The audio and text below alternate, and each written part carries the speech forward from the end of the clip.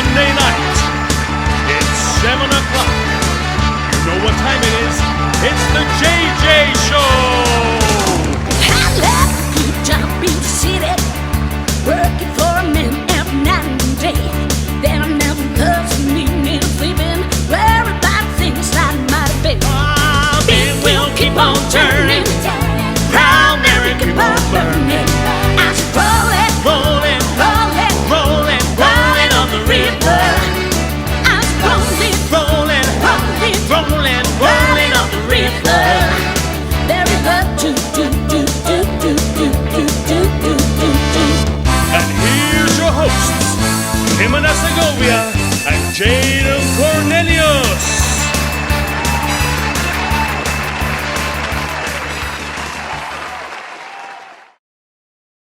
Merry Christmas! Well, in England it's Boxing Day. It's the 26th of December. Is it what? Boxing Day, where Oh, people what is box. that? Oh, nice. No, it's With not. your guests actually. and the family Yeah, you between punch the everyone. dinner. Like, I loved you yesterday. Today you're going to get a punch in Nice. that face. We do that, but with piñatas. Yeah, No? you hang the grandmother up Yeah. when she's holding sweets. And she drops the sweets. Boxing Day was something about the old manor houses or something would give their staff the day off and boxes of leftovers from Christmas. I think Oh, nice. I'm going to research this and Yeah, find that out would why. be nice to know. Some For of all my English life, culture. for all 26 years of my life, Yes, and I've a been half. having Boxing Days and I don't know why I've had them. Yeah, nice. That's a nice tradition, just because. Yeah. Maybe it was about people boxing, punching the neighbour or something, I don't know. You think that would be? How was your Christmas, kids? What did you get up to? What did you do? How was your Christmas? It was very nice. I had a very good Christmas. Children relaxed? Children relaxed, and we went to see Wonder. 1988? 94.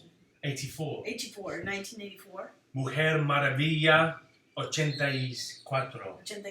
It was great. It was amazing. And yeah, we'll let you see it. Yeah.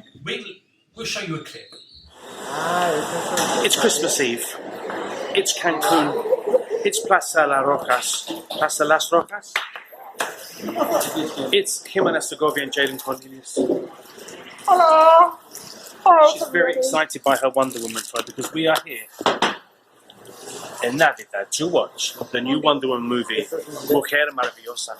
Necesito también. Ay, cara. But we're here, we're going to let you know all about it. But first, we want to show you a clip.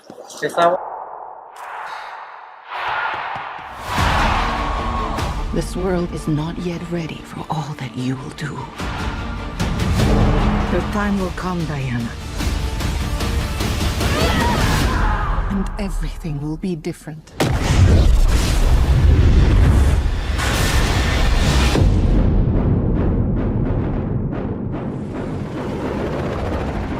Citizens of the world, I'm here to change your life. Anything you want, anything you dream of, you can have it.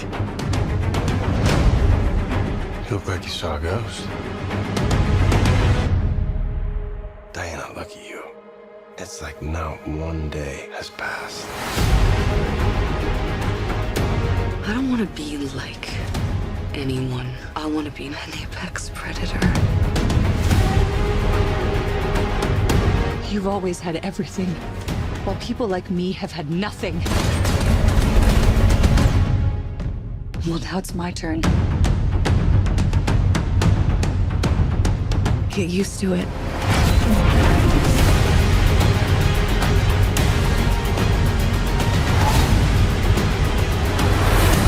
I've never been one for rules. The answer is always more.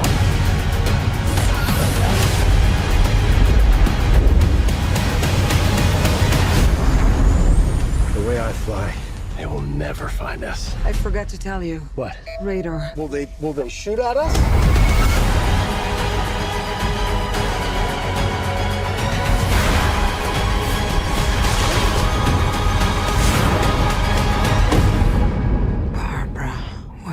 do?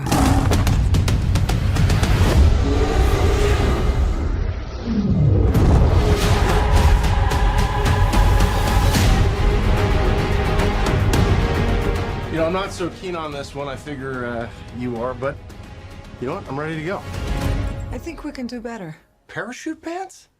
Yeah, Does everybody parachute now?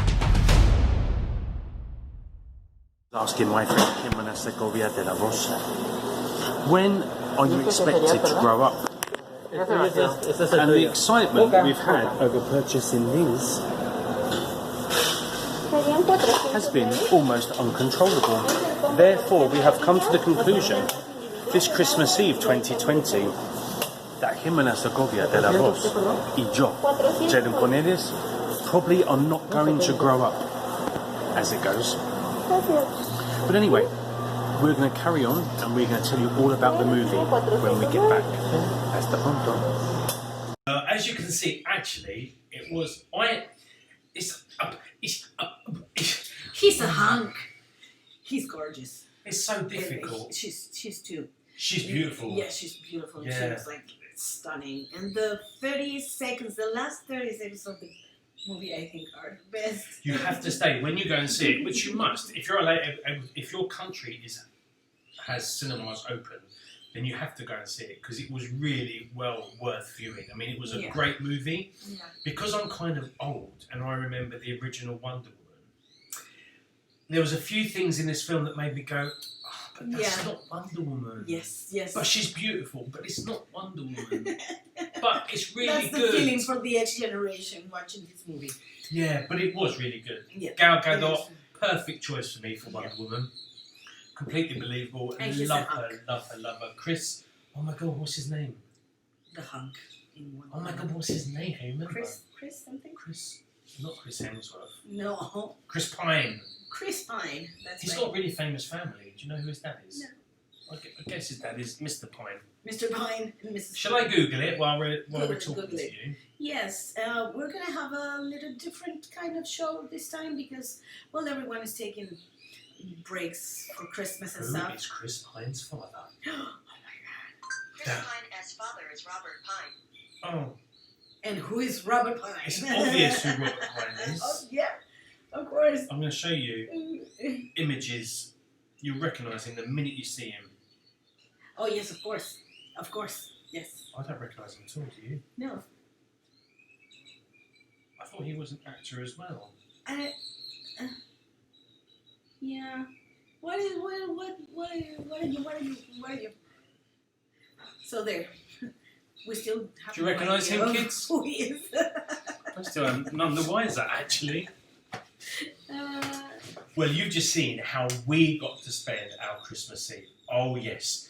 It was very exciting to be in Plaza Las Rojas in Cancun to watch Mujer Maravilla, Wonder Woman. 1984.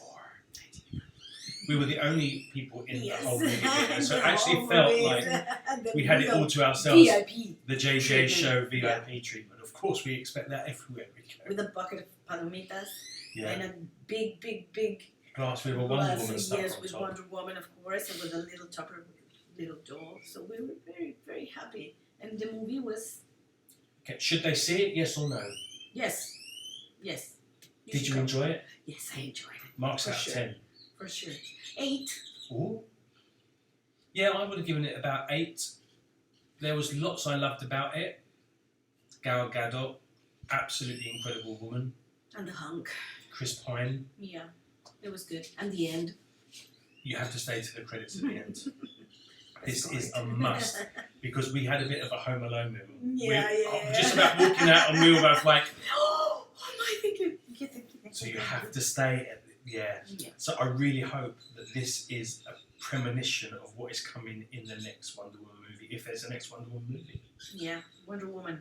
But I would like to go back to the roots. You'll see it.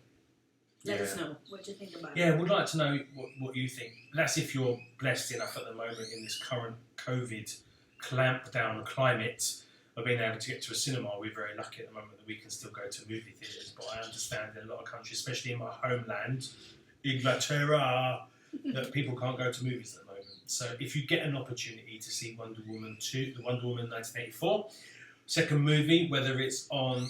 I think it's Disney Plus has it or something like that. Do they? I don't know. But one of those platforms. But if you can't see it, Sure, yeah, have it. there'll be a platform. For sure. So we'll be really interested in what you thought of it, actually. So let us know. You can comment underneath here. As Jaden was saying, this show is going to be a bit different because it's Christmas and everyone is with their family and friends. Or working, fortunately. Very busy. Or That's having what social we're- lives and Or having lives and stuff. nice Christmases. And we're the only ones that... We want to do the JJ show. But Everyone's busy. So we're doing our own little... Just a little thing to keep you entertained. So coming up on today's show, we have... She a taboo, me a voodoo. Check me afro, now you do too. Mueve el pum pum, con el bum bum, con un afro, como soy una vez.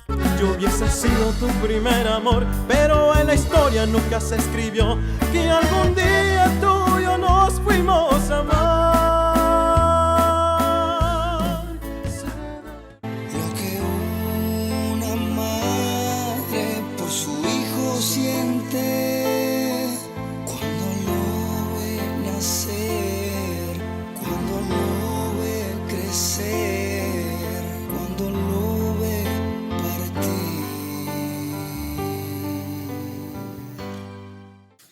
So you've seen some clips of what's coming up on this show, but also later we have the second part of the great interview with a wonderful, wonderful artist.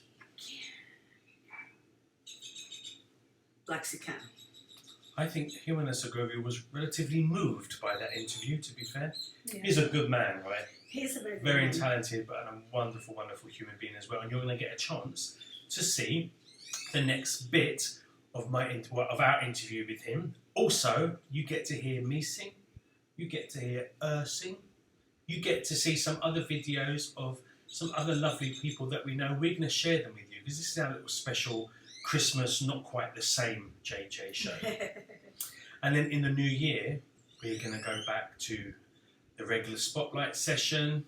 We're going to have different weeks. We're going to have cooking, fitness, comedy. What else are we going to have?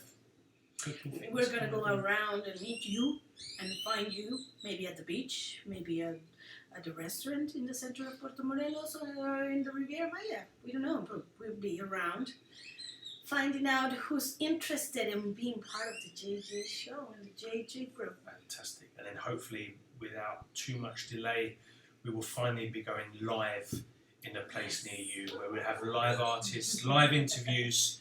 Live music, please. And we'll be live. If it's done within our lifetime, that would be lovely. That'd be lovely.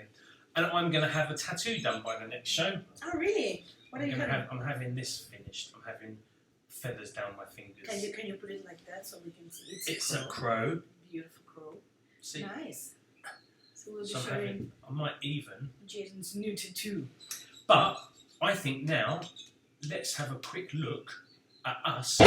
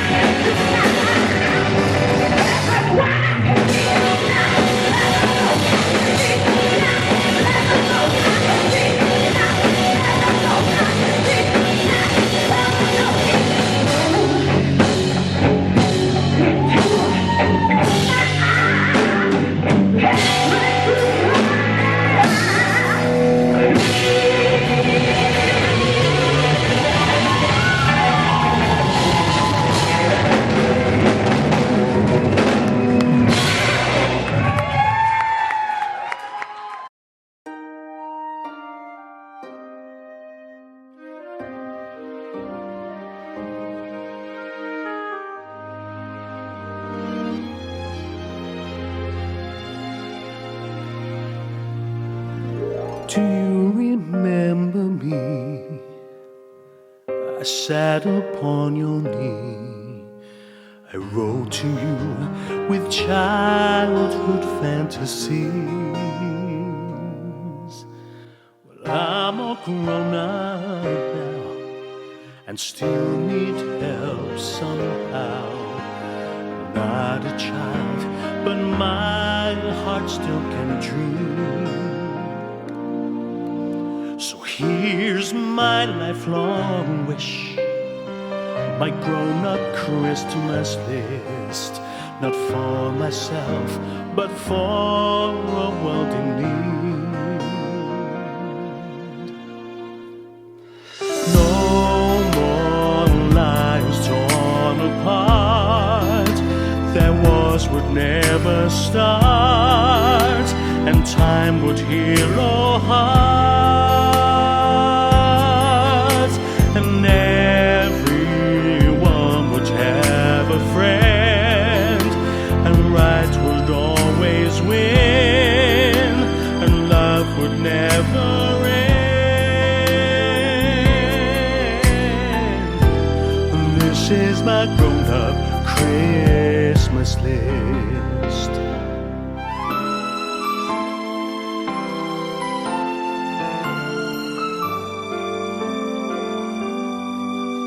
As children we believed the greatest sight to see was something lovely wrapped beneath the tree.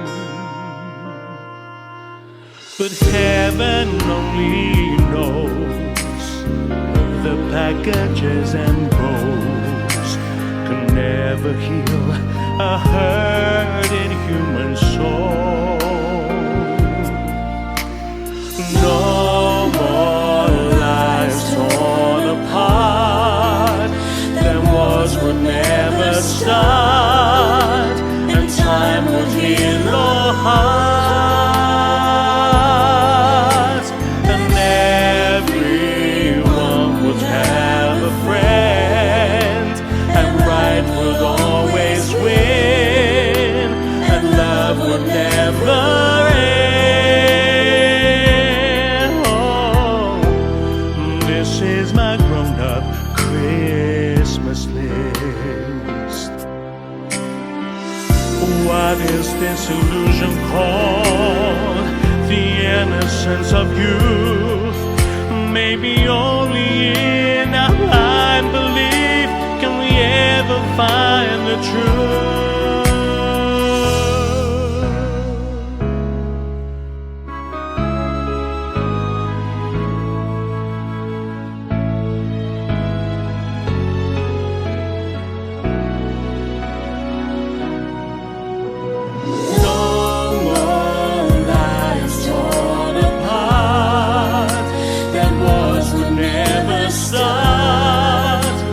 Time would heal all hearts, and everyone would have a friend, and right would always win, and love would never end. Oh, this is my grown-up Christmas list. This is my only lifelong wish. This is my grown-up Christmas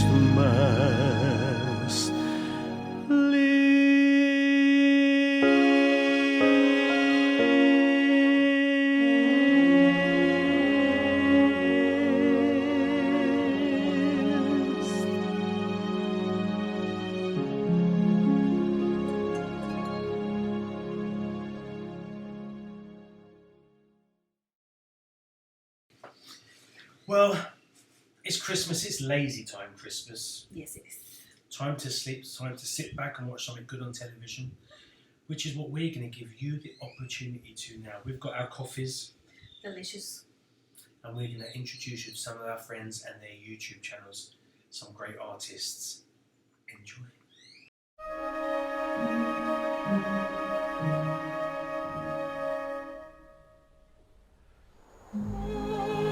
Io bambino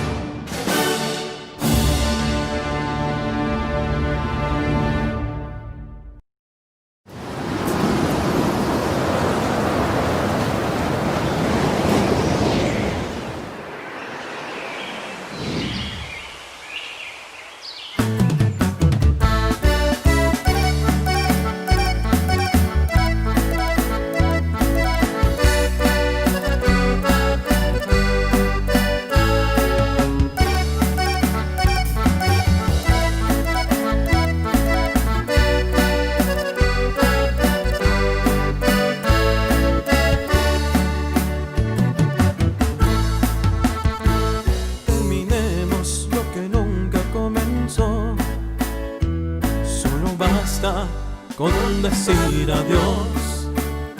Eres todo lo que quise en esta vida y el destino me dijo que no. Eres todo lo que Dios había pedido, pero hubo algo que nos separó. Los motivos del adiós fueron amargando el corazón, mas sin embargo recuerda esto, vida mía, que hoy te digo. Eres la grandeza de mi gratitud, porque fuiste y eres la que brinda luz a mi camino cuando yo anduve errante. Yo hubiese sido tu primer amor, pero en la historia nunca se escribió que algún día tú y yo nos fuimos a amar. Se derrumbó todo lo que había soñado, se acabó tu dichoso amor.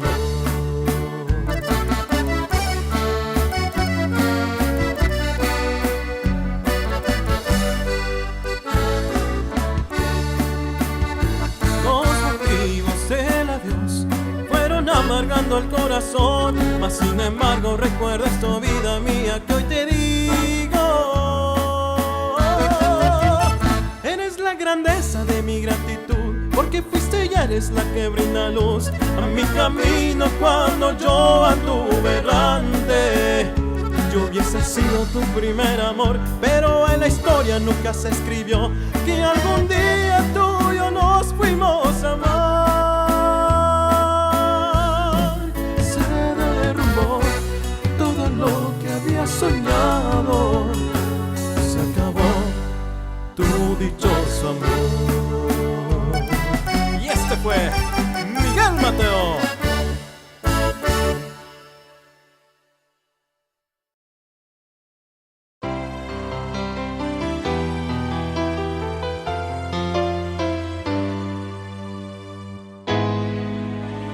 Nadie entiende el dolor de una madre, nadie comprende lo que una madre por su hijo siente cuando lo ve nacer, cuando lo ve crecer, cuando lo ve partir.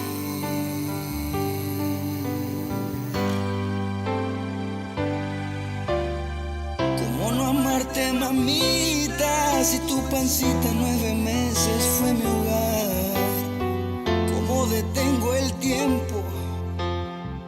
¿Acaso no hay rival que lo pueda enfrentar? Pues cuánto hace, mamá, que de niño yo brincaba en tu cama cuando tú no estabas y siempre te enterabas.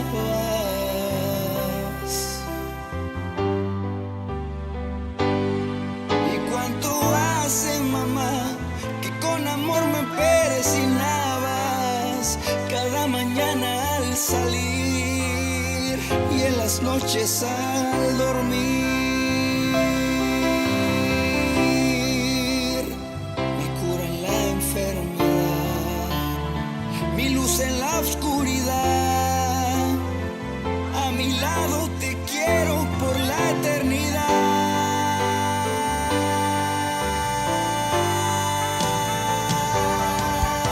Qué rápido se nos pasó el tiempo, mamita. Cómo desearía volver atrás y dormirme en tu pecho como antes lo hacía. Correr y colgarme en tu cuello una vez más.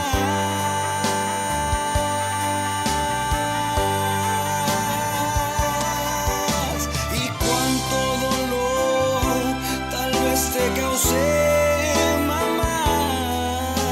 Discúlpame, madre, si un día no valore tu amor, tu trabajo, tu esfuerzo, tu empeño y tus desvelos,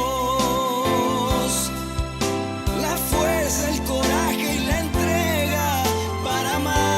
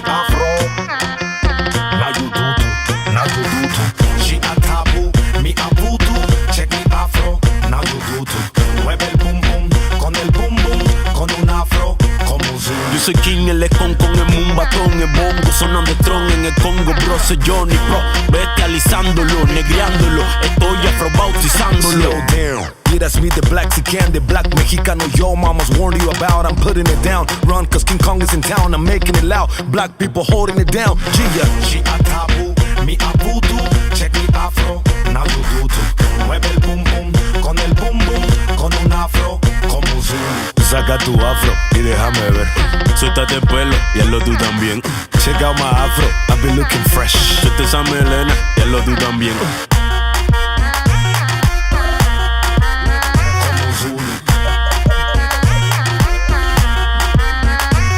Soy afro-mexicano, a fumar un habano, a fumar el guateque, afro-urbano. Aquí con mi hermano, sandungueando ando, no cambio de bando, la tribu danzando. She a taboo, me a voodoo, check me afro, now you do too. Mueve el boom boom, con el boom boom, con un afro, como un zoom. Soy una bestia en la jungla formando la fiesta. Esta es una ceremonia compuesta, mezcla de mi cultura con mi propuesta ancestral. Sube la mano como respuesta. Saca tu afro y déjame ver. Suéltate el pelo y hazlo tú también. Check out my afro, I've been looking fresh. Suelta esa melena y hazlo tú también. Como Zulu. Como Zulu. Como Zulu. Como Zulu.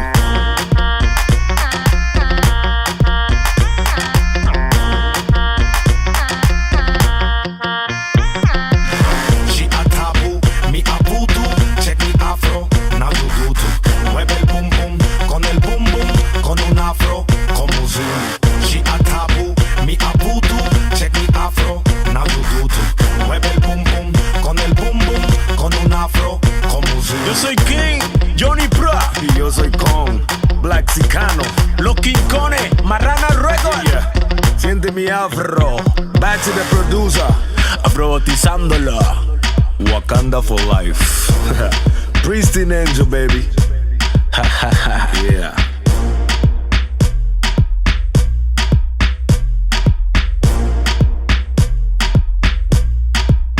Como Zulu. Got it on perfectly steady. Yeah, I see. Well, I am about to throw up. I think it's time for some Blackxicano. What do you think? I think so. Blackxicano, great artist. Check it out.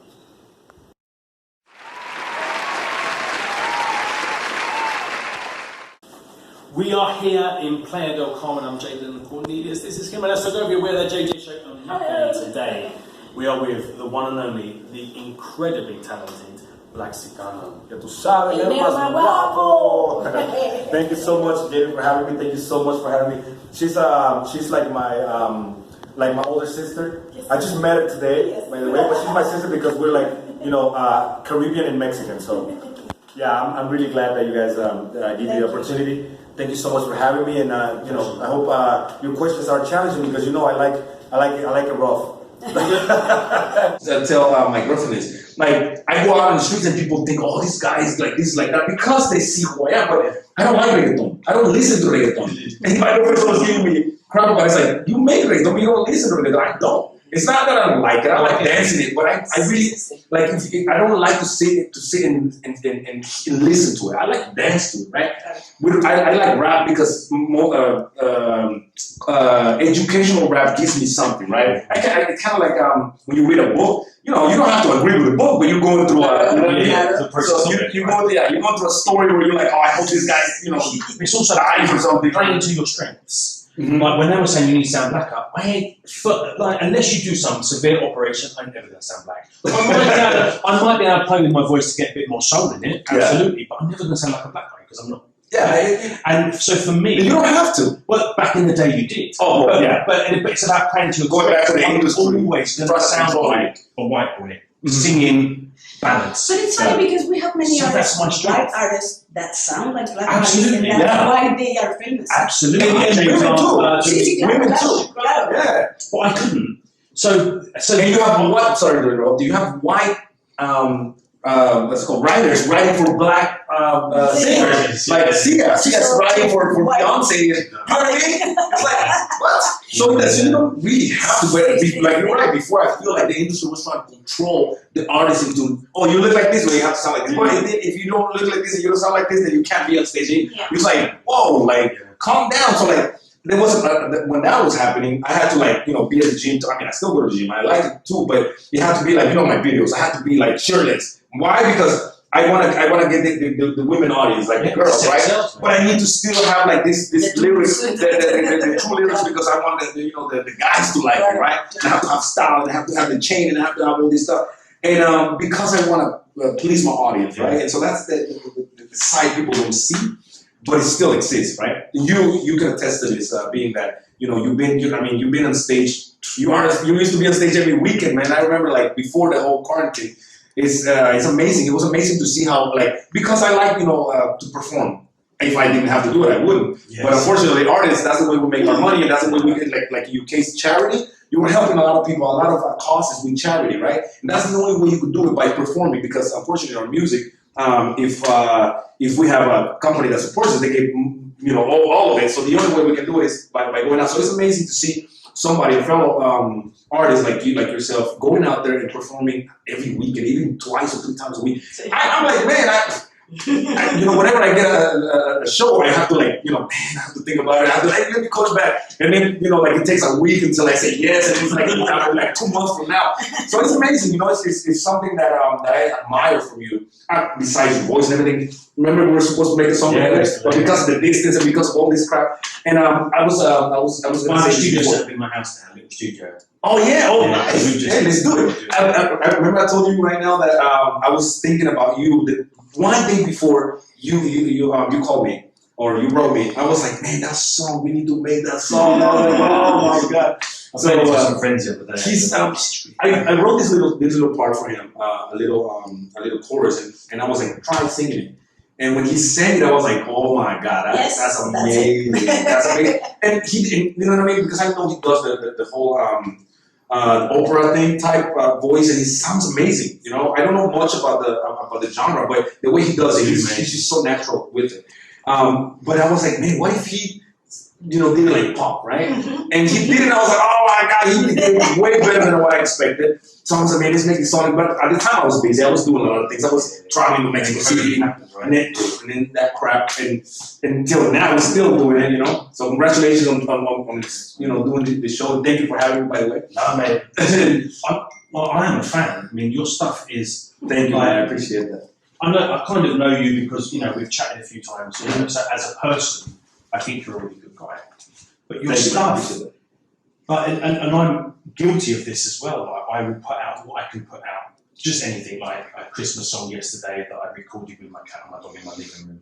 Mm-hmm. Everything that comes from your stable is top notch. Like, as an artist, you are like, top quality. There's loads of silver and bronzes, but your gold, really, your stuff is spotless. Look, I will thank you so much, man. I appreciate you saying that, because we need that. We need what I mean. Like, artists need that, right? Like, we spend so much time. You're gonna tell, yes, you write things like I can write a song right now, whatever. We can play around and do that. But does that mean it's a good song? Does that mean is we put all our effort? No, exactly. Yeah, you know what I mean? So we like it right now. We have some views and let's write it because we like doing that, right? But do we really want to make something that's something we should impacts people, and like when people see, they're like, wow. And so that's what I focus on. I write. I mean, I'm a privileged writer. I can write 5 songs a day if I wanted to, but do I really want to write 5 songs a day? I don't need to, and I don't have to. And if I do that, am I taking away exactly, am I watering it down, right? So what I do with Swingle, for example, like I wrote a little piece, and I was like, okay, so what am I doing with this? I love this chorus, this little chorus. I like. I came up with the idea of swing. Like I was like, that's that word, swing, right? So I was like, man, everybody's making the whole Spanglish type vocabulary, and my name is Spanglish, Blackxicano, and so all these things kind of like prompt me to say, okay, well, let's swingalo, menealo, swingalo, all right, swingalo. So then after that, I was like, well, we live in Cancun. Let's just like, I was thinking like, we have this beautiful place, like this is paradise, right, in Mexico, and we have this beautiful culture from the Mayan culture, all this pre-Hispanic culture that we celebrate, and we use it as an attraction for tourists, right? And why not celebrate it in one of my songs? Like, especially because I'm half Mexican, half black. So I'm like, okay, so that was the main idea. So I wanted to do it, but then I needed a strong team.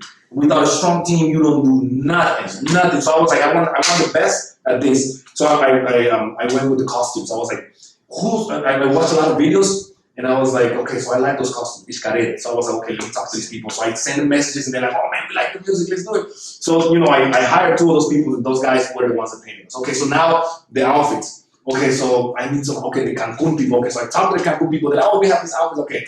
So we went, and then the best guy, that I know. So I got everybody, because if you get the best of the best and you put it together, everybody's focusing on what they want. You don't have to be focusing on like, what am I going to wear? How am I going to sing? What am I going to do? Exactly.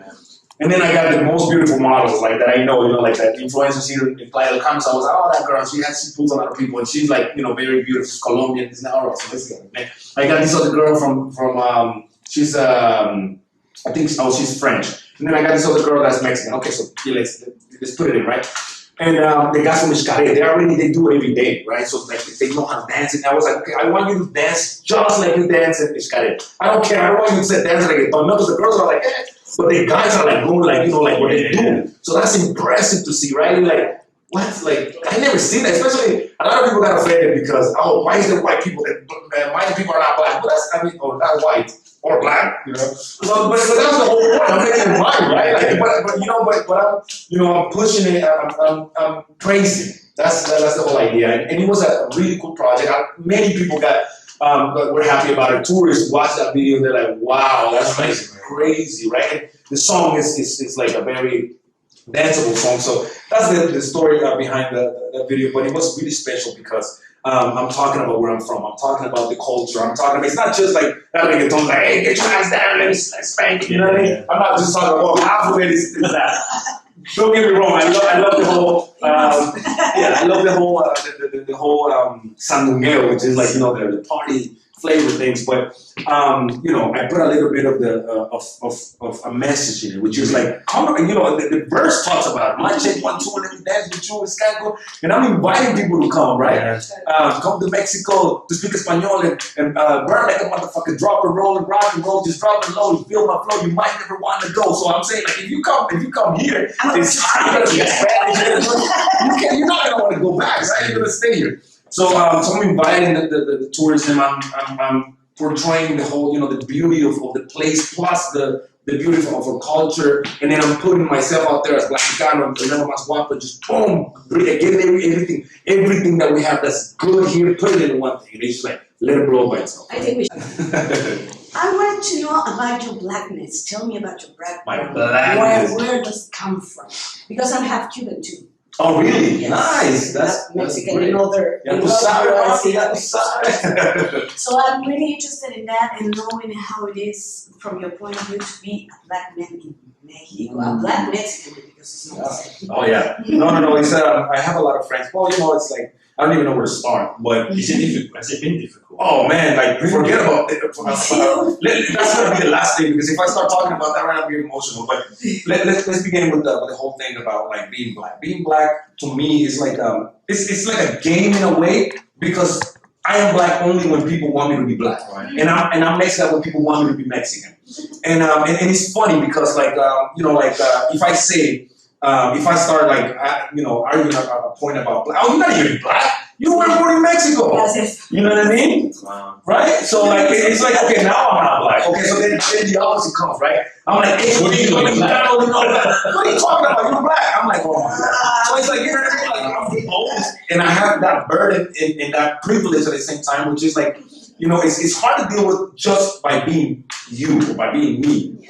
But then, then you have the discrimination aspect, the classism, and then the whole. But then you have a lot of good things like reggaeton is popular now. Being Cuban is really cool. Being Caribbean is really cool. So you have both. But when you're a kid and you're not part of that, and you're the only one. And you're the only one. Black skin. And then people ask, "Why are you black?" See, it's not your and father. You're like, "What?" Yeah. It's like how come? Like, and then your siblings, like for example, in my case, my brother, my sister don't look like me. They're light skin, right? So they're like, when she will come up, I mean, she's my half sister, by the way. But she's my sister. To me, that's not a half. It's not. I grew up with her. I was never like, by the way, she's your half sister. Never. We grew up and they had to tell us whatever, but. It was never like, like she's not my big sister. But anyway, so she would do, that's my brother. And people be like, they look at each other like in a way like, okay. So whether you like it or not, that hurts, right? Like it affects you emotionally as you growing up in Mexico. Because I grew up in Mexico up until I was like 13. Here, really? Yeah. Well, I mean, it's implied I was here for a year, for 2 years.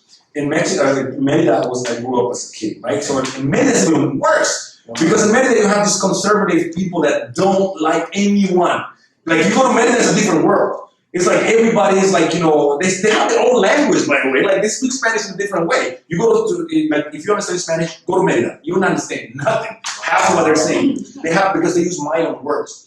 So I'm there. And by the way, a lot of the Mayan people have this, like, very white, like people like you. We call them chels. It's because the Europeans were having, affairs with the people, and so a lot of people are white, and so like, so then you have this black person there, and it's like, where are you from? Like, and like, why are you black? Like, do you take showers? Like things like that. Really? Yeah, like things that hurt the most. It's like you stink. It's like nothing in the enemies. Yeah, it's like. Kind of like, I don't know, when I was in the States, there was a tale that the history teacher showed us about, like, when they brought in Africans, and then, like, the natives, they didn't know, they were trying to wash up the African, they were touching him and trying to wash up his skin, and because they thought, like, he was dirty. And so, like, it's funny, you hear it, but then when you live through it, when you're a kid and you don't understand, especially when you don't understand why. Like, you don't have people around you that look like you. Just your mom or your dad, I don't know your case, because I never met my real dad. By the way, my stepdad, I thought it was my dad, but he wasn't. Mm-hmm. So then you have this and the circumstances of your father knowing that he's not your dad, but you think he's your dad. He treats you like shit. You know what I mean? All those things are like very, very, very charged, emotionally charging for a kid, right? And then you go to school and people are like, you don't have friends. I never had a girlfriend in Mexico, ever. My first girlfriend was in the States, and that was after I was like 14, 15. So yeah, let alone sex or kids or anything like that. So you have, like this black kid or this, in school, and you have all this bullying going on. And then my mom goes, and my mom is a beautiful black woman, right? And everybody liked her because, when you're a woman, especially she was young, very, voluptuous. And everybody liked her because she was black. But then when it came to me, it was like, why are you black? Like, why is this? Why is that? And then they would be like, oh, she's like, she's like a Cubana and this and that. By the way, my mom's from Belize. And so like, for her, it was kind of easier. And it was kind of like, I didn't even want to go to school anymore because kids would bully me so much. And so then, when I went to the States and I realized the whole racism thing, I related so much. But then I was so angry. Because I was like, you don't know what racism is, bro. Like, yeah, you think in America there's racism? Try living in a place where nobody even knows what you are. Forget about who. Yeah. Excuse me. They see you as a thing. They're like, they don't even want to touch you. They don't want to get close to you. Not only because they don't know what you are, but because no one wants to get close to you. Nobody wants to get close to you. You don't have no friends. You have no people. You have no one that gets close to you. And you have never seen anybody like you. So you go and look in the mirror and you're like, and then I asked my mom, why am I black? No. You're not black. You're beautiful. And it's like, why was she denying me that I was black? Why didn't she tell me? Look at this. I am beautiful. Right. Why didn't you tell me that? So it was even more like she was denying me my culture. So remember when I was telling you about the negro más guapo? It's a response to everybody that discriminated. And it's not like a retaliation because I don't want to. It's a right thing, right? It's empowering. Like all this shit is going on right now with Black Lives Matter. It's like it happened. It happened to me. I was beaten in school just for being black, and the teachers wouldn't do anything because they agreed. Because they're like, oh, like they're right, he's black. Like especially how teachers in Mexico were like if you're not paying attention or you're talking to your friend, they used to throw the eraser at your face. You think they're gonna care about you being black and getting beat up by them? You know what I mean? Like that's the last thing they care about. So when Negro Mas Guapo, Blackxicano are like, I'm yelling at the world, I'm black. What are you gonna do? I'm black and I'm talented and I'm yelling at the world. Dance to my music, motherfucker, because that's the only thing you can do. You can't complain about me being black anymore. You have to look at me and like me. Because if you don't like me, too bad. I like myself, and I'm yelling it out to the world, right? I'm an adult now. I've grown up from that. It's emotional when I talk about it, but you know, as yourself, I can imagine you've grown through that, and now it's easier. It's easier for you. You learn how to deal with it, and now like when people call you that, you feel proud, right? Like you feel like I am that. So what? What are you gonna do? Like I'm. You're gonna love it. And you're gonna exactly. Well, by the way, when you saying I'm black, I'm not gonna mention bad things. By the way, you're saying I know how to sing, I know how to dance. Yes.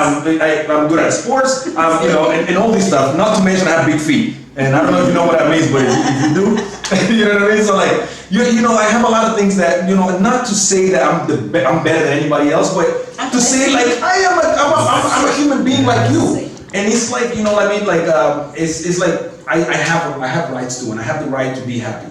And when you try to take the right of somebody being happy, that's when it becomes a problem, right? You know, when I was very happy, I think it was about a year or something ago that we were finally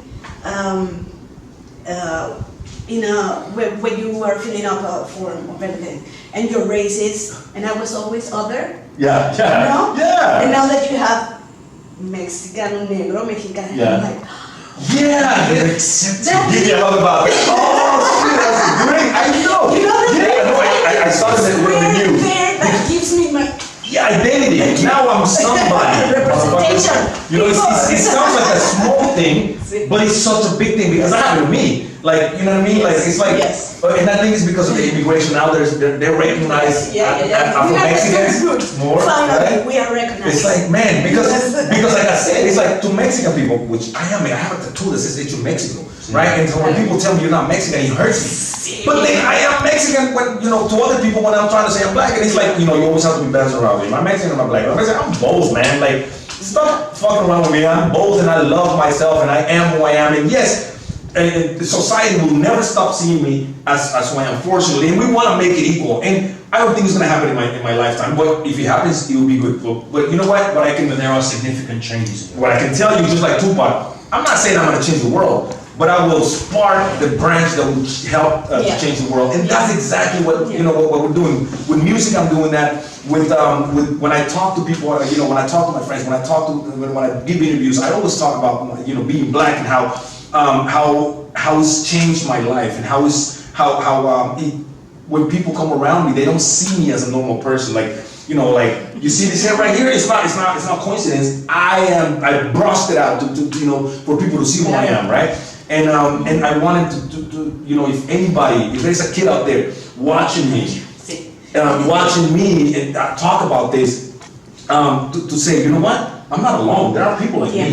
People went through the same things that I went. So ignorant because I was brought up in a very multi. It's okay to be ignorant, by the way. No, it is, and I'm honest about that. You know, as well. Not because I've never ever been discriminative or racist in my life. You know, in fact, I probably have because I've never dated white guys. You don't see yourself as. And I was also like, your experience with being black. I had that experience just for being.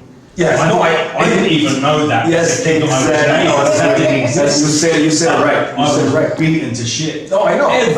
Because I was by national health glasses. Like now, what is chic was pure geek then. So you know, I was one of the only white guys in my class because I was in an Asian community. Yes. So I never saw colour. Do you know what I mean? Like when I was in my pop group and it was 2 black girls, 2 white guys. and we were on London National Radio. They were saying, "So what's it like being like a multiracial group?" And we were like, what? Huh? Yeah. Oh, we are. Well, we haven't thought about it. I said, "Oh, Tony, you're black." Oh my God. Oh, yeah, but I don't know actually. She was my neighbor. She was my neighbor. We've always been the multiracial part of the society makes you, forces you to see color, right? And by the way, before I lose the thought, when you said ignorance, and I told you ignorance is not people's fault sometimes, and I think before I say, oh, that's I was discriminated against because of racism. No, wait a minute. I don't think racism is a big problem here in Mexico like it's in America, but discrimination is, and that's because of ignorance. All right, most of this discrimination in Mexico towards not just black people, but towards gay people, Asian people, anybody that they're not used to, right? Mold, perception, whatever. It's ignorance. They don't know. It's like I said. They've never seen it. Now that the reggaeton is hitting everything, oh, now I'm accepted. Oh, now look, you look like Teo Calderón. And Teo Calderón is a celebrity, so automatically by association, oh, now I'm there, right? But before that, I used to be the negrito that stunk and like this and that, and like, whoa, it's changed. Everything is changed. So society makes you question everything you don't know. And by the way, like what the example you gave, it's like, well, how does it feel to be a multiracial? It's like, what? It's like with my sister. And when they ask, how do you feel having a white sister? And my sister has been asked, like, why is your brother black and you're white? And she's just like, oh my God, again. And it's my dad's parents adopted a black girl. Mm-hmm. Yeah. So my auntie was black. Trying to explain that at school. What is going on? And my first girlfriend, she was black, and we moved to Canada. Well, I moved to Canada. She came to visit me in Canada, but she spoke like this. So to see a beautiful black lady speaking with the Queen's properly, people were just like, it's like, wow, why don't you speak like American or something like that? No, it's crazy. Right, I always tell people like that. Like I go to when I do my tours, they I have a group of black people today. But what kind of black people? And I was like, what do you mean? It's like, are they like proper black people or are they like ghetto black people? I laugh because it's, you know what I mean? Like you said, there are some people that are like, they grow up in different places. Some people just grow up in like the bad parts of the ghettos or whatever, so they speak differently. But yeah, it's a thing, But then when you're like, but would you never ask that about a person? Yeah, exactly. Are you white or why does that happen? Yeah, exactly. You would. In England, you would. In England, you would because it's about class separation, right? Yeah. People that live in council estates and people live in private residential. But you won't call a white man from the ghetto. You would call it from somewhere else. Yeah, you would say from the ghetto. You would say he's from a different council. The ghetto is but people would make that judgment because I think it's our excuse. Like I have a real problem, and it's probably just me, with the expat community. Because if my colour was a few shades darker, I'm an immigrant, you understand? And I would sit with this whole table of like middle-aged women from further north and be like, well, we're the expats. I'm like, we ain't expats. We're living in someone else's country because we are lucky enough to be able to stay here. Mm-hmm. We're the immigrant community. We're immigrants. We're not expatriates. It's like, Mexico has nothing to do with England or America. Do you know what I mean? It's like, we're living in Mexico as someone else's patch, mate. Yeah. Well, we're going to be expats. I'm always going to be calling us immigrants. It's like, it's class. It's fear. Classes, No, it's what do you say? Fear-based. Oh yeah, that's exactly what I was going to say before you said I was like, fear. Yeah, it's fear triggered. Like people get triggered because of fear. They say, oh my God. And I have to say, I do sometimes the same things. And this is the reason I can talk about this is because I've done it myself. When I went to the United States, I was told that white people were bad. And so I was told that they were like killing us and hitting us, and so I didn't speak to white people for when I was young, for like the first 2 years in high school, because I thought they were bad, right? So I was like, man, because I crossed the border 8 times. Well, tried to cross the border, and I was put in jail 8 times, illegally, mind you. And I finally crossed the border through the desert, and I saw people like on the verge of death. Like, leave me here, I want to die here. Just, I can't walk anymore. It's been 3 days, I can't do it no more. And you're like, get up, man. There's no water, there's nothing. And then, you know what I mean? Like, and then you get this white cops just getting beating, like, not beating you, but like, they're just grabbing you, throwing you, and shit. And it's just like, mother, you know, you just went through that. And you don't care about me. You just throw me there. You just talking shit to me. You making fun of me. You laughing at me. So that just created a fire in me, right? So I get to the United States and I'm like, man, fuck everybody. I'm not gonna talk to anybody. And then I joined the gang and I'm just like, man, fuck you, 313 Sueño, fuck it. Now I'm all throwing the gangs and it's just like, man, I remember that it was because of that, because of ignorance. I didn't know. Then I get, after a while, my uncle marries this white lady. And she was mean as shit, man. Yeah, she was mean as shit. But I always remember her as, I always say that thanks to her, I accomplished so many things in my life because she was mean. She was mean in a way to push me. And to push me to the limit. She would say something like this, right? But I was used to it because my dad used to be an asshole, but my stepdad. So she would be like, you black, you Mexican, what do you expect from you? You don't try hard. You ain't nothing here. You're an immigrant. So all you have to do is study, get good grades, I'll take you to work, you come with me. Wake up at 4 in the morning. And I was like, I was so angry and I was willing to prove it wrong. And I was like, all right, I'll wake up. Because I didn't know how to speak English, by the way. So I had to learn English, right? And I woke up at 4 in the morning to read about credit cards because I was gonna be a telemarketer selling credit cards, but I didn't even know how to speak English. 4 in the morning, 3 months, just reading, memorizing all the vocabulary when it came. And I had to fucking get on the phone and talk for 3 months because I had to, through the vacations, through school vacations on June, July, and to September. So she took me to work with her, and she was like, and she was like, you can do it. Go ahead and do it. And I was like, first call, I'm like, oh, hello, my name is Ivan. I am calling on behalf of Bank One. I called the reason, and I'm all stuttering and everything. After a while, I got the hang of it, and then she's like, I thought you couldn't do it. I was making money and everything, and she would be mean to me to the point where I just broke, and I was like, man, fuck this bitch, man. I'm gonna do it just to prove it wrong, right? So she took me to that path, and then I was going through high school, and I was in the gangs, and I was doing all this crap, and I was like, and I would tell my uncle, I was like, I'm not gonna graduate.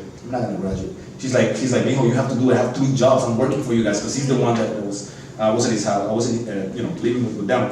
And then my aunt was like, I always knew you couldn't do it.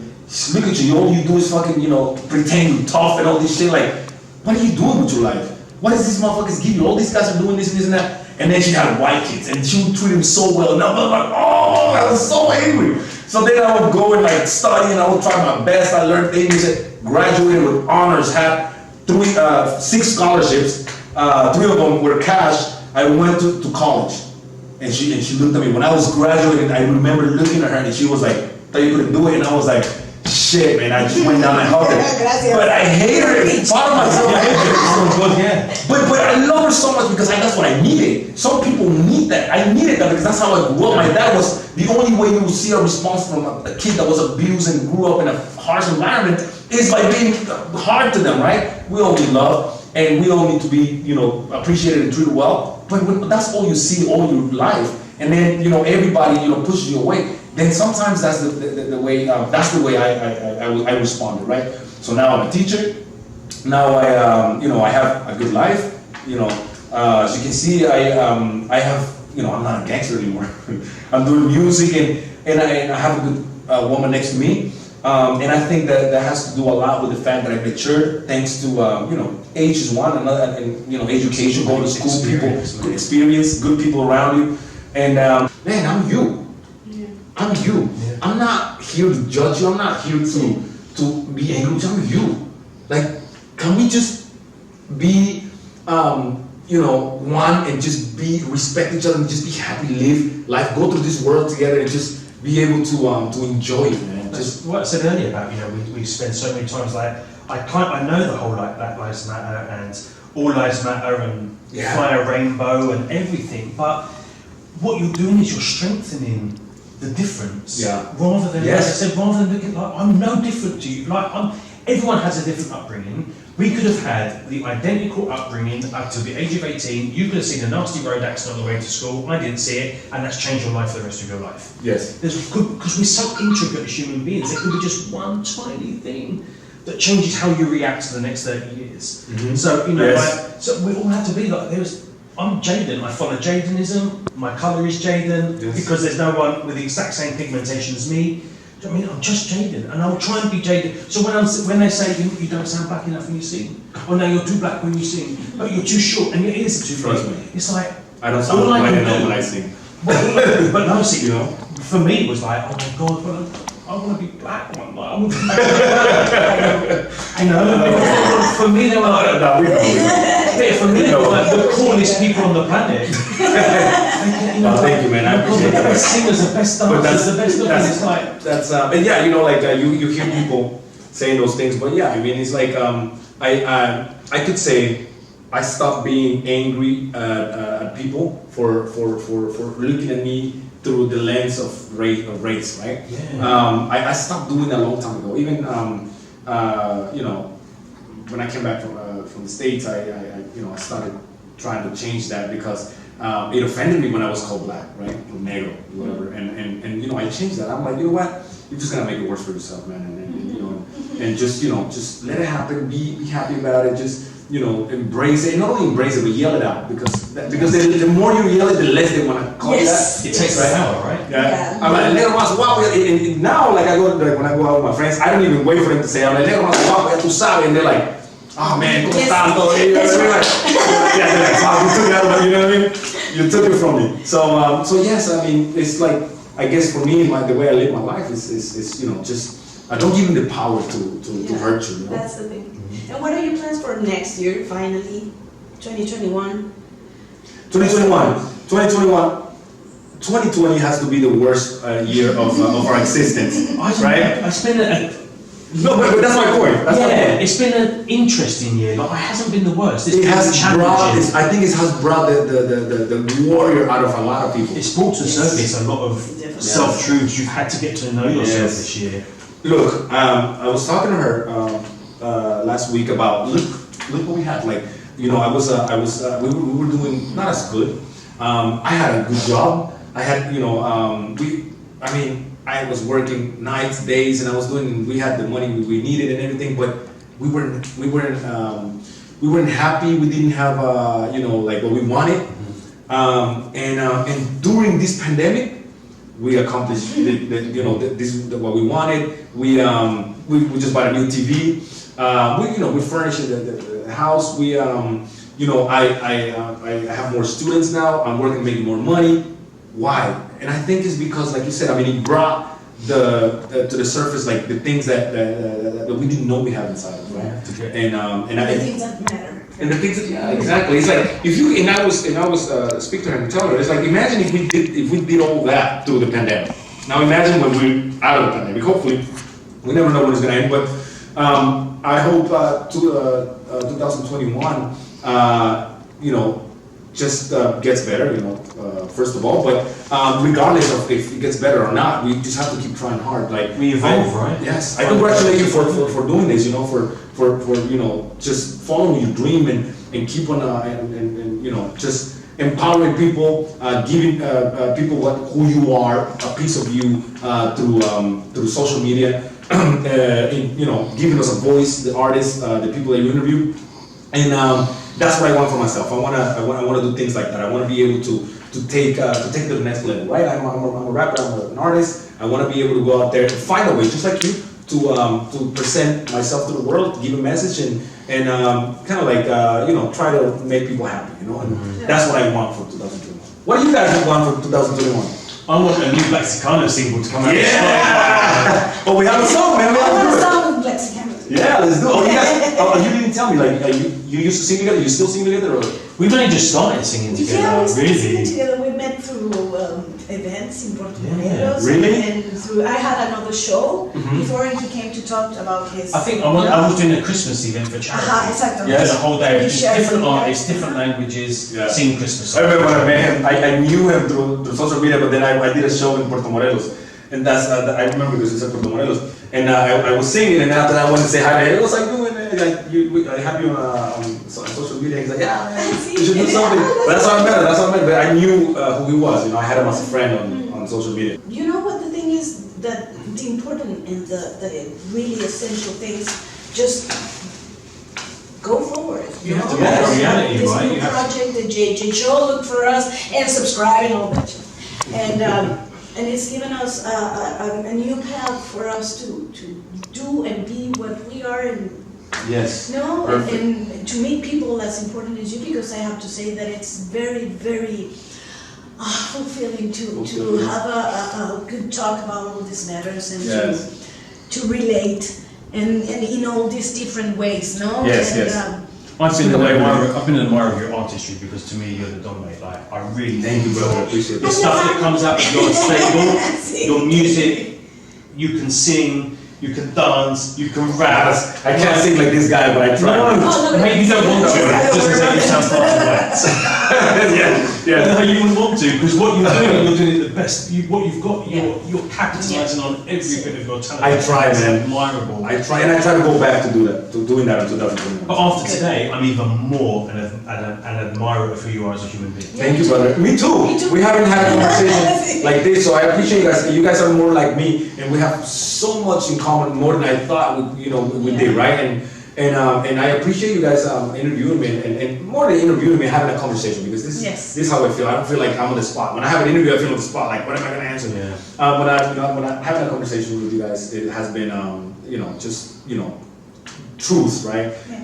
And it's been very what do you call that? Just nice and cordial and easy. Yeah, easy going, right?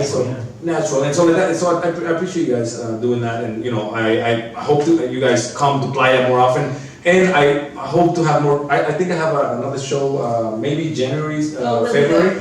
Yeah, and I'm trying to put something together, and I'm trying to tirar la casa por la ventana.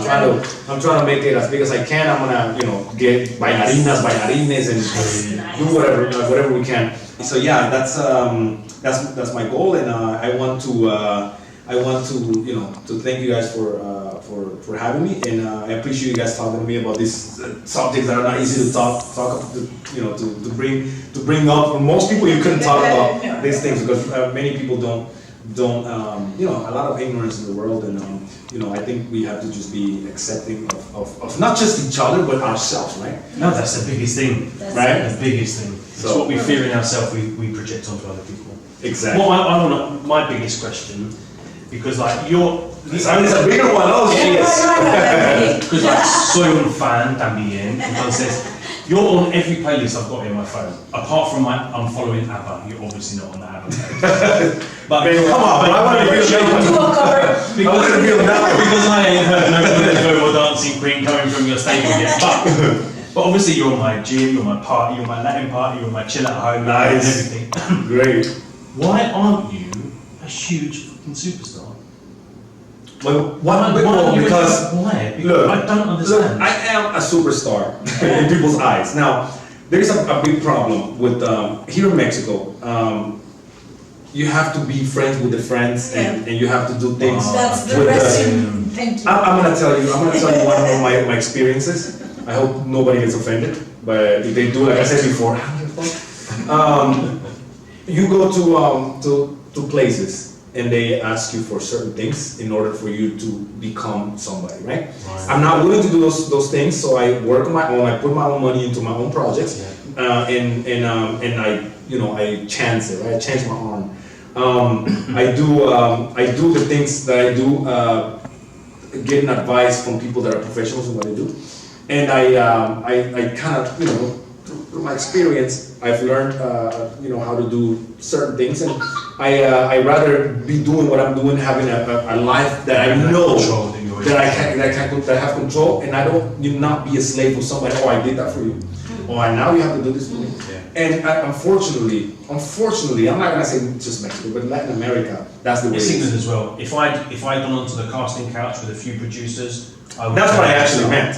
That's what I actually meant. Yeah. No, and that's what I meant. But the thing is, I was so insecure that I would never have known if it was because I could actually sing.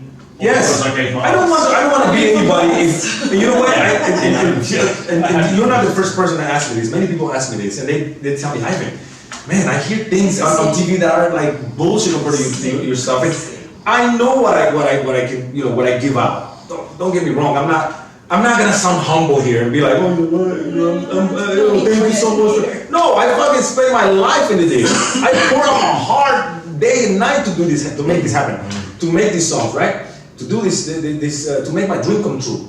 And I think I'm doing good, right? But the problem is, like I said, I mean, I'd rather be who I am and make, you know, like put on performances and events whenever I want, even if I don't make money or if I make little money, and having control of my life, having control. You're not prostituting yourself. Exactly, I'm not a prostitute out there that's like, you know, like, oh, I have to do this, I have to do that. And it's funny because you know, she knows some of the stories and you know, she laughs about it. She laughs at it, but it's true. Like I'm like, what do you want me to do? Say yes? You want me to like, you know what I mean? Like, can I just say to the camera, I'm single. I want to be. So I will say yes if you can get me a top 10 hit. I'm open for all. So good. Oh my God. It's exactly like that. Yeah, you know what I mean? But that's what it is. When it comes to the industry is so corrupted, so rotten. There's just no way of. Yeah. And so what I want to do, I want to become an investor. I want to invest my money into what I do, and I want to create my own thing, right? Just like you're doing, man. Like you exactly. You have your own brand. I have the knowledge of many things, right? I'm not gonna say I'm a professional in every aspect and I went to school for everything. No, but I've been in the streets. I've put in the work, just like you. Like I said, I mean, you go out there and you do shows. If you were to do a show right now, do you need a producer? Do you need this? No, you don't. You say, if I say, Jaden, I have a show that I'm planning, and I want you to help me put it together. Are you gonna tell me, Ivan, we need to call this guy? We need to call? No. You're gonna say, okay, well, let's talk about it. Let's do it. You and I could do it. Because you have the knowledge, and that's what I want to do. I don't need nobody to tell me how to move on the stage and how to, you know, what to wear, like when, or what to say.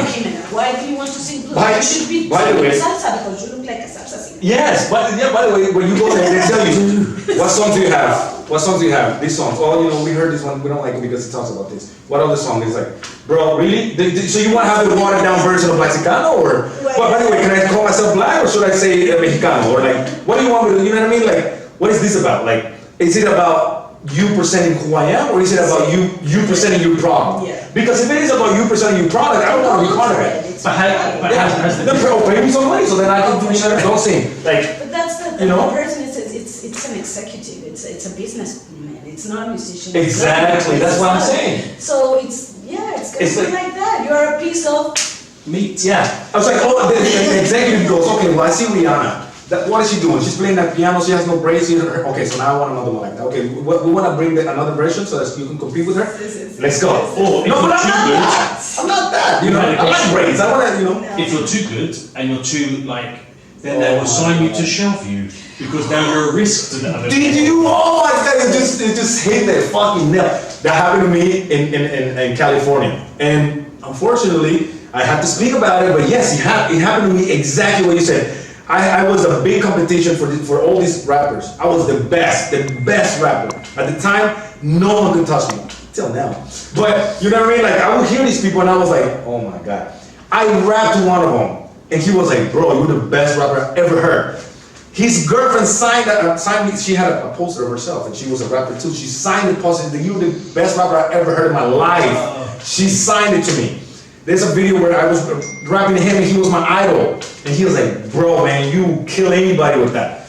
And you know, to hear those things from those people, I was so humble and so, you know, because at the time I was young and I was like, man, thank you so much. But we can't help you. And I was like, what? So then I was trying to, you know, and then they're like, okay, we'll sign you. Boom, they signed me. Shelves, frozen, they called it. They froze me and they didn't want to release me. So then I was like, I waited for a year, and I was like, I'm waiting, because in the contract they said that if they didn't give me 3 CDs a year, then, you know what I mean, like, you know, we could breach the contract. So we breached the contract, we got out, and that's what happened. And you were saying something about, like, you know, about going out and having fans and everything. We did that in the States. We did that with Mr. Nota and Paz Descanse. Rest in peace. One of my best friends in music, he passed away unfortunately last week. Wow. And that was a big hit, you know, emotional hit for me, because that was one of the guys that taught me a lot, that helped me to embrace my Latino side, because I was always regretting. I was kind of like pushing it back, you know, like, I didn't want to be black. I didn't want to be the Latino, the mulatto, right? But he was so comfortable in his skin, and he was black, right? He was lighter than me, by the way. And he looked so happy, man. And he just gave me. By the way, he taught me a lot of things, a lot of tricks, how to sing and everything. And it was so devastating to know that he left. And thanks to him, I am who I am right now. And so I appreciate him a lot. Mr. Nota, you're always gonna be in my heart. And so we did that together. We created a big thing. I did videos where like we arrive in limousines and people are waiting. We're on stage like battling each other, crazy things, and we did it in the States. You gonna tell me I'm gonna come to Mexico and I can't make it? Because I don't care if I have to kick everybody and just fucking give the middle fingers to all the industry. I'll do it on my own. I will do it on my own. I will work hard and I will invest my money because that's what it is. A lot of people don't invest their money in their own music. You like your style, you think you're good? Put your money with your mouth. They say, let's do it. The music industry changed when in the 90s when I was becoming famous in England. The record label would give you £250,000. Oh yeah. They'll give you which they take back obviously, but then you get your deal, and then you make your money through like merchandising and tours. But that was back in the day when there was no downloads. Yeah. But there was no internet, so if you wanted people in the north of England to hear you sing, you had to go and get some seedy ass space to do a 3-song PA at 4 in the morning when everyone was eating off their face, and hope that one person remembers you. Yeah. You know, for the next time. You had to do show after show after show after show. Clubs, mate. Like sell your CDs or give out your CDs on your own. The hardest work, and I'm a grafter. Right? I don't like sitting around doing nothing. The hardest work I've ever done in my life. No, we've all done it at all. Apart from people our age have done it, and that's what younger people don't understand. Younger people think that they're just gonna be on Instagram and go like this and just like, well, yeah, you can make your brand. That's the problem. So it's almost like it's a blessing and a curse. Like, well, yeah, but what I think is that they don't have the experience that you and I have. No, absolutely. You know what I mean? And so yes, I mean you can do it, and not to, I'm not gonna be a hater and sit here and say, if you're beautiful and you have the filters to fucking make yourself look perfect, that's fine, do it. But there's some time where you're gonna have to stand on stage and present yourself to the people. And you're not gonna lie to people. You have no filters when you're live. And that's when you're gonna fall, little by little. And people are gonna be like, even if times do not go back, or they don't become what they were before. I think that because we've been so tough and because we've gone through all that, I think we'll be able to come up in the world, adapt, right? Like right now we have the internet, right?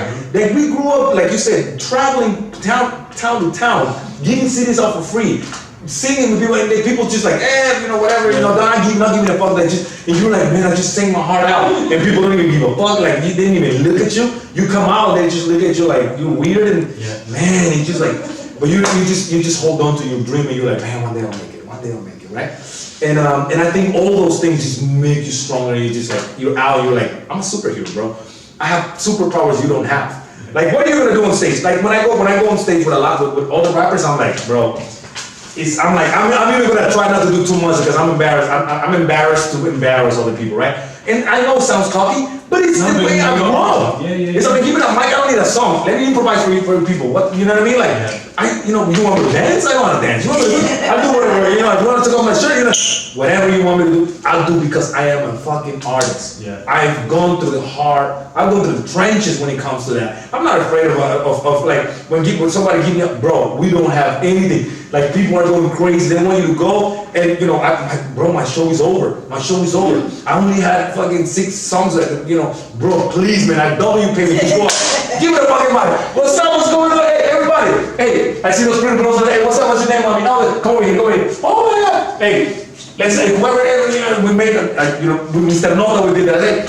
Hey, let's have a dancing contest. You want a dancing contest? Like, I feel like I do. All right, let's do it. Mom, okay, mommy, ven para acá. Hey, ponme la canción de Pitbull. Ya tú sabes, puro otra. Bro, 1 fucking second.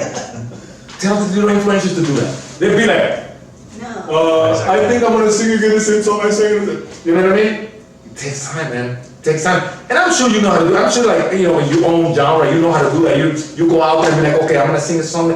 You make people go into your own realm, be like, this song, I love it because I did this. You tell people your story and they start getting the feeling. Yeah, sometimes it's like standing up in your living room, right? And you're just, but that comes with age, like you said, it's age and experience. Yeah. It wasn't my... You have to, it's kind of like a voice in your head telling you, you're not gonna feel that. You don't want to feel the same way. You gotta now perform. I don't have to like. I got asked to be on Britain's Got Talent. I don't agree with competitions at all. Me neither. Because what right do you have to judge me? Like I sound like Jaden. I did it once. That's by the way when I met Mr. Nota. We met like that, and I felt like I won. And I was like, man, like this guy won just because he was a Mexican singer and it was a Mexican town. And he was just like, I was like, bro, I know how to sing. I don't know how to sing that much. But at the time, I was like, what, 18, 19.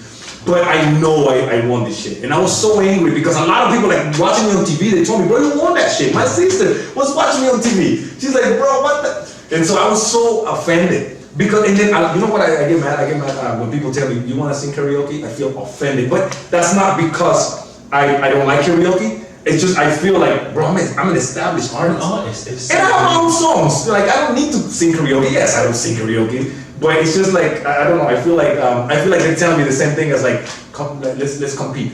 I don't want to compete with anybody, bro. Like, when do you see Daddy Yankee competing? When do you see Don Omar competing? When do you see Celine Dion? Like, when do you see all these people competing? Yes, they don't compete. They go and they show who they are because they are worthy. If you're competing, it's because you're not sure of yourself and you just want to see that you want to beat other people because you want to give yourself that satisfaction of winning. No, I already won. I already won by putting in the work, by going out there and exposing myself in front of thousands of people for them to laugh at me. I have done that. And people have laughed at me. People have, discriminated, whatever. I have done that. Why do I need to, go out there and prove to you that I'm worthy, that I'm good? I don't. So I agree with you on that. I was Simon Cowell's very first TV interview back in the 90s, 94 I think it was, before, when he was just an A&R guy for Arista. And I was on this program, and it was the first time they'd ever done a documentary about someone becoming a pop star. I was very lucky to have 3/4 of their showtime. And then I got asked, I didn't audition, I won't never audition for a competition, but I got emails saying, look, we really want you on the show, you're already through to the finals, will you just come and record your finals? Will you just come and do your show bit? I'm like, well, I keep praying for like the doors to open, so maybe I should just do it. So I go there, and they said, oh, Jaden, you're really gobby, you talk a lot, so we want to use you to interview all the other artists. I'm sorry, I'm talking a lot too. No, I do. So I was like interviewing everyone. They had my whole history. When I was just about to go on stage, they changed my song 2 seconds before I went on stage. And then they said, well, you and Simon know each other, right? And Simon was like, I'm like, yeah, we you have to do some things. I said, if you want to see what Jaden used to do, check this out. They had the whole history like on TV of what I used to do. And then I started singing, I wasn't sure what song they were going to play. They had 3 songs, and I don't know what I'm singing. So I'm waiting, within 2 seconds of me starting to sing, the judges were like this. They went, oh my God, this is the worst audition we've ever had in our lives. And I'm like, okay, like I know I'm not like George Michael, but I'm not really shit. And then Simon Cowell said, there's no doubt you can sing, Jaden, but you're never going to make it. I went, oh, cool, I'm doing what I want, I'm travelling the world singing for charity, so I'm enjoying myself. And then a girl called Alicia Dixon, she stood up and she banged the desk and she said, why are you not defending yourself? Why are you not shouting back? I said, because I don't need to impress you, darling. I really am. You invited me here. I didn't ask to come here. Obviously that bit weren't shown. Yeah. I was like, I know my limitations, but I know what I can do. And I sing all over the world for charities and raise money for amazing causes, meet amazing people. I'm already living my dream. Yeah, exactly. I don't need to prove to you exactly. I can't sing because one person's pleasure is another man's poison anyway. Yeah. So you can't take it personally. Yeah. Because if that guy's into the Beatles and the Kinks and the Who, he ain't gonna like Jose. They just want to embarrass you for them to get some ratings. They don't care how you feel. They wanted me to scream. They don't care about your feelings. Yeah, no, of course. They care about ratings. Ratings, that's all. What can they do to get that? Yes. Make someone cry, make someone angry, make someone storm off. Yes. So they were saying, Blackxicano, we can't have you, do rap. We need you to do reggaeton. And at the time, that's the worst thing you could say to a rap person, right? So I was so mad, and as I grew up, I understood, that a genre doesn't make an artist, right? You're an artist, you can sing whatever the fuck they give you. So that's the way, I see it now. But back in the days, I was offended, right? So they were saying, like, they pretty much just, like, dressed me and, packaged me and threw me out, right? and I was doing whatever they wanted me to do, right? And you know, and I was like, I'd rather do this than, you know, get frozen, right? Yeah. And then a week later they had because they were like there was a group that was fighting within each other, and then they finally got to an agreement, and then they started pushing them, and then they forgot about us, and I was like, no, fuck that, because they had already invested a lot of money in them, so then they needed to recuperate to get it back. Then they were gonna send us, me and my friend Los G, and that's what they were doing, and so I was listening. I knew everything they were doing. We were sleeping there because they didn't even want to pay for our hotels. So we were listening to everything they were talking about. And so what should we do? And we were right there next to them. They were talking about it. And these are people that just want to make money. And so it's like you said, you need to talk to like young artists and tell them that. Because when, for example, like tell them right there. So if you're an artist and you go to a TV show and you see the lights and you see everybody and you think that everybody's there to clap for you, I'm sorry, that's not true. They're there to clap for the people that they want to clap for, and they're there to embarrass you and sometimes to make you feel bad, even if they grab your dream and they play with it. Maybe sometimes they're going to tell you good things, sometimes they're going to tell you bad things, but you're not the main character. You are the main character of your life. You are not the main character of their lives. So don't feel bad when people talk shit to you and tell you bad things. You are yourself. You make things happen when you own. You believe in your music, invest in your music. You believe in your talent, invest in your talent. Go out there, create a persona. Go out there and perform. Ask for opportunities. There's a lot of people that will let you sing, rap, or whatever it is that you do for free in restaurants and in events. But you have to believe in yourself and never doubt yourself. Even if you don't know how to sing, believe in yourself, because that's gonna take you to the next level where you criticize yourself and say, you know what, I need to change this. I need to start doing a different thing. And then you're gonna find yourself. I used to not do reggaeton. I used to not sing at all. I used to do a hard gangster rap. Look at me now. Love Blackxicano. He'll be back. Definitely. We'll have some live shows and a song with Jaden and a song with me. Oh, yeah. and he's gonna have some releases, no? Yeah, we've got a lot of stuff coming up with Blackxicano in the future. So now, actually, it's time for us to say goodbye. Have a very happy new year. Wonderful, and we'll get to see you in 2021 with more spotlight, more guest interviews, more JJ show. So please subscribe. Please leave us your questions. Tell us what you want to see, and we'll see you next year. Thank you. Bye.